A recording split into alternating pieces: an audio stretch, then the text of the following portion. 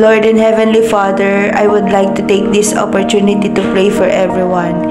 I pray that you take care of the people and put them in a safe place. I pray that no life will be lost, and see that in this time, prayer and coming to you will truly save each one. We are counting on you to end this calamity.